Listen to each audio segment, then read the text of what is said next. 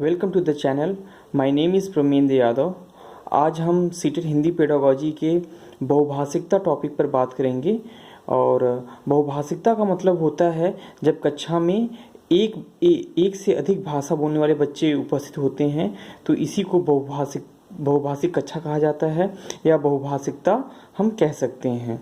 तो पहला क्वेश्चन है, बहुभाषिक कक्षा में मातृभाषा प्रयोग को पहला विकल्प अनदेखा कर देना चाहिए, अस्वीकार किया जाना चाहिए, स्वीकार किया जाना चाहिए, अधिक महत्व नहीं दिया जाना चाहिए। देखिए, बहुभाषिक कक्षा का मतलब ही होता है एक ऐसी कक्षा जिसमें दो या दो से अधिक भाषाएं बोली जाएं, तो उसमें मातृभाषा को भी लिया जाना चाहिए। इसलिए बहुभाषिक कक्षा में मातृभाषा को स्वीकार किया जाना चाहिए। तो इसका उत्तर होगा तीसरा। कभी भी मातृभाषा का मतलब होता है वह भाषा जो बच्चे की अपनी भाषा होती है, वही उसकी मातृभाषा होती है।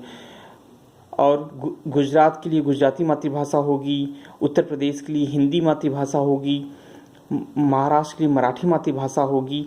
तो जो भी बच्चे की पहली भाषा होगी जिसमें बच्चा अपनी बात कहता है वही उसकी मातृभाषा है।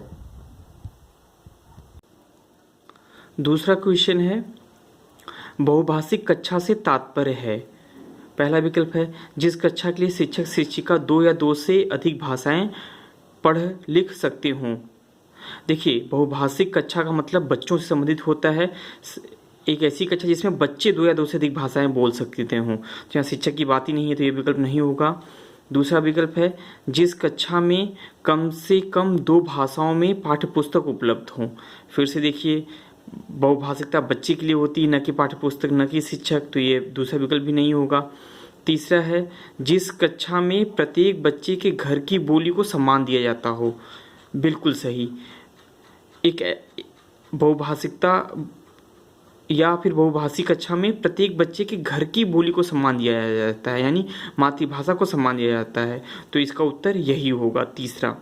चौथा है जहां बहुत सी भाषाओं का अध्यापन किया जाता है। नहीं, अध्यापन नहीं किया जाता। बहुत सी भाषाएं बच्चे अपनी भाषाओं को बोलते हैं, बच्चे दो या दो से अधिक भाषाओं को बोलते हैं। अलग अलग पृष्ठभूमि के बच्चे होते हैं, कोई हो सकता है क्लास में पंजाबी का भी बच्चा हो, मराठी बोलने वाला भी बच्चा हो। तो इस तरह की कक्षा को बहुभाषिक कक्षा कहेंगे। और बहुभाषिक कक्षा में सभी के भाषा का सम्मान किया जाता है। तो इसलिए इसका उत्तर तीसरा होगा। तीसरा सवाल है, भाषा शिक्षण को डैश डैश संदर्भ में रखकर देखने की आवश्यकता है। पहला विकल्प है बहुभाषी। बिल्कुल, भाषा को बहुभाषी संदर्भ में ही रखकर देखने की आवश्यकता है। यह नहीं है कि कक्षा में केवल एक ही भाषा में पढ़ाया जाएगा। यह नहीं है कि अगर कक्षा में कोई अंग्रेजी बोलने वाला बच्चा है या मराठी बोलने वाला बच्चा है तो उसे नज़रअंदाज किया जाए, उसकी भाषा को महत्व न दिया जाए, ऐसी बात नहीं है। भाषा शिक्षण में सभी भाषा बोलने वाले बच्चों की भाषाओं का सम्मान किया जाता है। तो इसका उत्तर पहला ही होगा। दूसरा विकल्प है आर्थिक। भाषा शिक्षण को आर्थिक संदर्भ में बिल्कुल नहीं। तीसरा विकल्प है भाषा शिक्षण को सांस्कृतिक संदर्भ में, कुछ हद तक ये सही हो सकता है। तीसरा है भाषा शिक्षण को नैतिक संदर्भ में। तो यहाँ पे हमने देखा कि जो पहला विकल्प है वही सबसे अधिक फिट हो रहा है। भाषा को बहुभाषिक संदर्भ में रखकर देखने की आवश्यकता है। चौथा क्वेश्चन है, मैं अपनी कक्षा में बहुभाषिकता को महत्व देती हूँ, इसलिए मैं। पहला विकल्प है सभी बच्चों को अपनी मातृभाषा में कहने सुनने की आज़ादी देती हूँ। एक ऐसी शिक्षिका है जो बहुभाषिकता को, भाषा की कक्षा में बहुभाषिकता को महत्व देती है, तो वह सभी बच्चों को अपनी मातृभाषा कहने सुनने की आज़ादी देगी। ऐसा नहीं है कि इंग्लिश की क्लास है तो उसमें जो है बच्चा हिंदी बोलता है तो उसको हिंदी बोलने की आज़ादी न दी जाए। अगर इंग्लिश की क्लास में बहुभाषिकता को शिक्षिका महत्व देती है तो वह हिंदी बोलने वाले बच्चे का भी सम्मान करेगी, उसको हिंदी भी बोलने का थोड़ा बहुत मौका देगी। तो पहला विकल्प बिल्कुल सही है और यही इसका उत्तर भी है। दूसरा विकल्प है भिन्न भिन्न भाषाओं की पुस्तकों का आदर करती हूँ। देखिए, बहुभाषिकता का संबंध पहले बताया जा चुका है कि पुस्तक से नहीं बल्कि बच्चों से, जो बच्चे अलग अलग भाषाएं बोलते हैं उससे है। तो दूसरा नहीं होगा। तीसरा, बच्चों को कई भाषाओं की कविताओं का गान करवाती हूँ। शिक्षिका अगर बहुभाषिकता को महत्व देती है तो वह अलग अलग कविताओं में गान नहीं कराएगी, बल्कि सबको अलग अलग भाषाओं में बोलने के लिए समय देगी, सम्मान करेगी, सभी की भाषाओं का सम्मान करेगी। चौथा विकल्प है, तो तीसरा भी नहीं होगा। चौथा विकल्प है, श्यामपट्ट पर हिंदी भाषा के शब्दों के अर्थ दो भाषाओं में अवश्य लिखती हूँ। नहीं, अगर आप बहुभाषिकता को महत्व देती हैं तो ऐसा जरूरी नहीं है कि आप क्लास में 10 भाषा बोलने वाले बच्चे हैं तो 10 भाषाओं में आप लिखेंगे, ऐसा नहीं है। बल्कि आप बच्चे की भाषा का सम्मान करेंगे कि बच्चा अगर कॉपी में अपनी मातृभाषा में कुछ लिख देता है या कभी कुछ अपनी मातृभाषा में बोल देता है तो उसको मना नहीं करना चाहिए, उसका सम्मान करना चाहिए। तो इसलिए चौथा विकल्प भी नहीं होगा, इसका उत्तर होगा पहला। अगला क्वेश्चन है, एक से अधिक भाषाओं का प्रयोग कक्षाई जटिलताओं को बढ़ाता है। देखिए, जब कक्षा में एक से अधिक भाषाओं का प्रयोग होगा तो वह जटिलता को बढ़ाता नहीं है, बल्कि एक भाषा से बच्चे दूसरी भाषा को भी सीखते हैं। दूसरा विकल्प है, शिक्षकों के लिए गहन समस्या है। बिल्कुल समस्या नहीं है, आप सम्मान करेंगे सभी भाषाओं, बच्चे की सभी भाषाओं का सम्मान करेंगे। एक कक्षा में अगर अलग अलग भाषाएं बच्चे बोलते हैं तो सभी बच्चों का सभी भाषाओं का सम्मान होना चाहिए। और एक भाषा से शिक्षक एक भाषा का प्रयोग करके दूसरी भाषा को भी सीखने में मदद मिल सकती है। तो इसलिए ऐसा नहीं है कि शिक्षक के लिए गहन समस्या है। तीसरा है, संज्ञानात्मक विकास में सहायक है। बिल्कुल, जब एक से अधिक भाषाओं का प्रयोग होगा तो उससे सभी बच्चों का संज्ञानात्मक विकास होगा। बच्चा हिंदी भाषा बोलता है पर वो पंजाबी भाषा को भी धीरे धीरे सीख लेगा, तो संज्ञानात्मक विकास कहीं न कहीं होगा। चौथा है, किसी भी एक भाषा में निपुणता में बाधक है। बहुभाषिकता कभी भी बाधक नहीं है, बल्कि वो हमेशा सहायक होती है। तो ये भी बात गलत हो गई, तो इसका उत्तर होगा तीसरा, संज्ञानात्मक विकास में सहायक है। अगला क्वेश्चन है, एक बहुभाषिक कक्षा में आप किसे सबसे कम महत्व देंगे? पहला विकल्प है विभिन्न प्रकार की बाल साहित्य। तो अलग अलग प्रकार की बाल साहित्य होंगी तो हम उसे स्वीकार करेंगे भाई, क्योंकि विभिन्न प्रकार की बाल साहित्य कहा है। दूसरा विकल्प है कक्षा में विभिन्न प्रकार की सामग्री। विभिन्न प्रकार की सामग्री होगी तो वह उससे भी हमें जो है एक बहुभाषिक कक्षा में सहायता मिलेगी। तीसरा है कक्षा के बहुभाषिक और बहुसांस्कृतिक संदर्भों के प्रति संवेदनशीलता। बिल्कुल, ये कह रहा है कक्षा के बहुभाषिक और बहुसांस्कृतिक, बिल्कुल हमें संवेदनशील होना चाहिए। ऐसा नहीं है कि शिक्षक किसी एक भाषा का प्रयोग करेगा और दूसरी और बच्चा जो है हिंदी की जगह अंग्रेजी बोल देता है या अंग्रेजी की जगह किसी पंजाबी में बोल देता है तो शिक्षक उसे मना कर देगा। नहीं, संवेदनशील होना चाहिए, बहुभाषिक और बहुसांस्कृतिक संदर्भों में संवेदनशील होना चाहिए। तो तीसरा भी ठीक है। चौथा है बच्चों को सिखाना कि दो भाषाओं के मध्य विद्यमान समानता व अंतर का विश्लेषण कैसे किया जाता है। देखिए, बहुभाषिकता में दो या दो से अधिक भाषाएं होती हैं, तो ऐसा नहीं कि हम केवल दो भाषाओं के बीच की दो भाषाओं की समानता व अंतर का ही विश्लेषण करेंगे, ऐसा नहीं है। तो चौथा उत्तर क्या हो जाएगा? सबसे कम महत्व वाली बात हो जाएगी, इसलिए इसका उत्तर होगा चौथा, डी।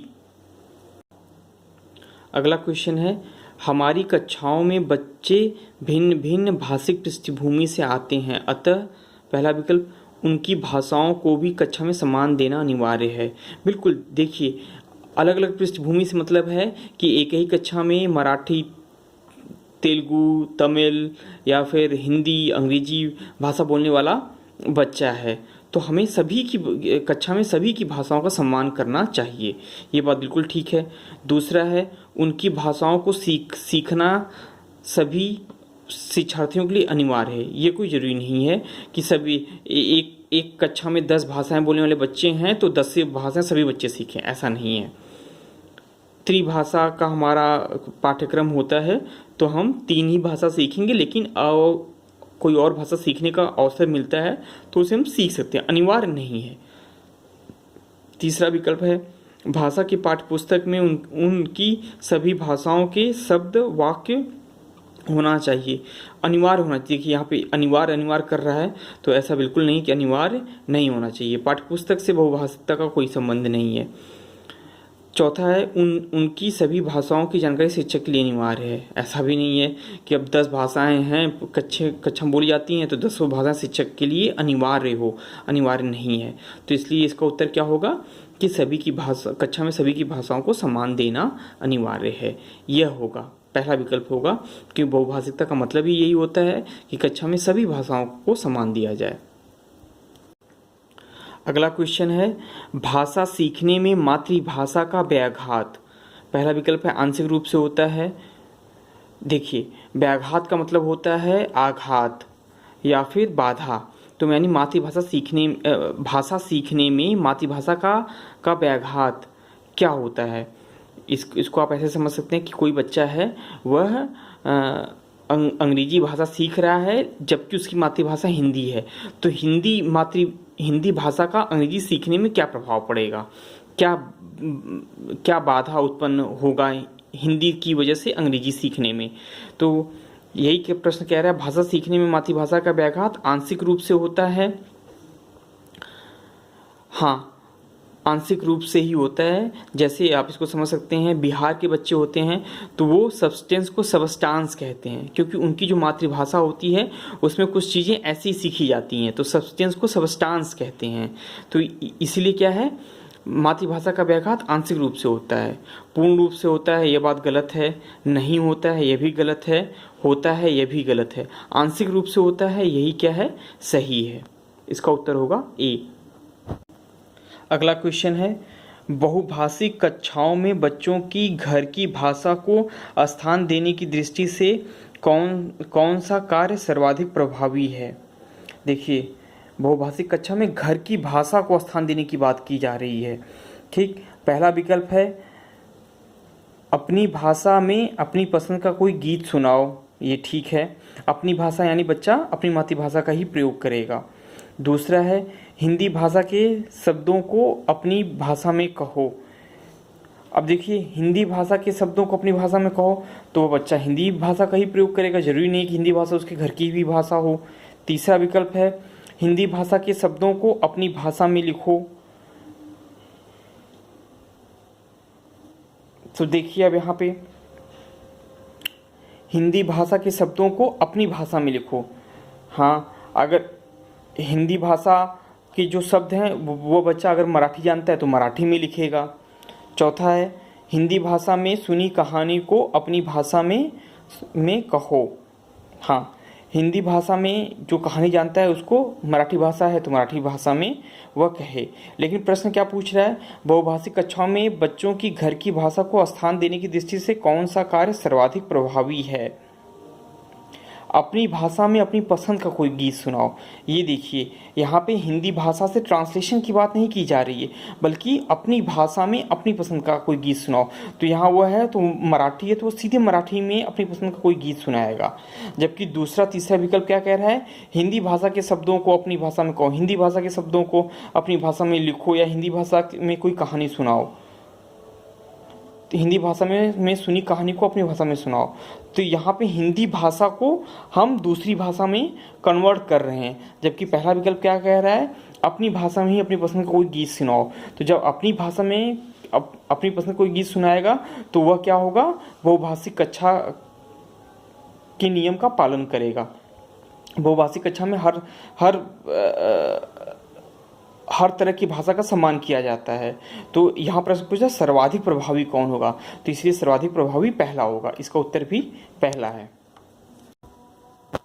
अगला क्वेश्चन है, कौन सा प्रश्न कक्षा में बहुभाषिकता को पोषित करता है। फिर से देखिए, बहुभाषिकता को पोषित करता है मतलब वही चीज़ है कि अनेक भाषाएं जो बच्चे जानते हैं, अनेक भाषाओं को बोलने वाले जो बच्चे क्लास में होते हैं, उसको कौन पोषित करता है, उस चीज़ को, उस भाव को कौन पोषित करता है, ये प्रश्न पूछ रहा है।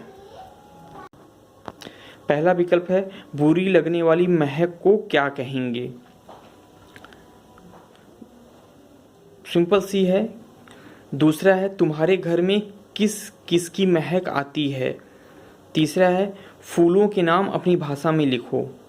चौथा है अच्छी लगने वाली महक को क्या कहेंगे।